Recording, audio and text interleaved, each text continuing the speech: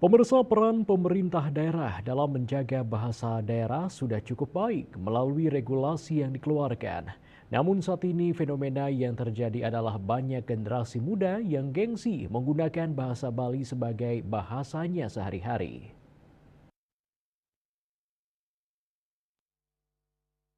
Terlepas daripada itu, para orang tua juga sudah sedikit memilih bahasa Bali sebagai bahasa ibu atau bahasa yang diperkenalkan pertama kali untuk anak-anaknya. Hal ini sebagai salah satu faktor semakin menurunnya penguasaan bahasa Bali pada generasi muda.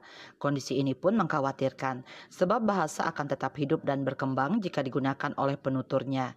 Oleh karena itu, untuk menjaga kelestarian bahasa daerah khususnya bahasa Bali, tidak hanya tugas pemerintah tetapi masyarakat selaku penutur juga memiliki peran utama dalam menggunakan bahasa tersebut.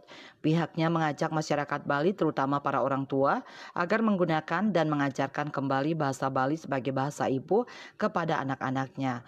Pemerintah juga diharapkan harus konsisten dalam memberikan ruang untuk kelestarian bahasa, aksara, dan sastra Bali melalui kegiatan-kegiatan kebahasaan, baik berupa lomba-lomba, diskusi, pelatihan, dan yang lainnya. Semakin sering bahasa, aksara, dan sastra Bali didengarkan masyarakat, akan ada dampak ketertarikan untuk ikut dalam usaha pelestarian tersebut. Diungkapkan terbentuk sejak tahun 2016, saat ini jumlah penyuluh bahasa Bali yang tersebar di seluruh desa kelurahan se-Bali sebanyak 632 orang. Untuk itu, bagi masyarakat yang berkeinginan untuk diskusi tentang bahasa, aksara, dan sastra Bali dipersilahkan menghubungi penyuluh bahasa Bali yang ada di masing-masing desa kelurahan. Ketut Winata, Bali Pos melaporkan.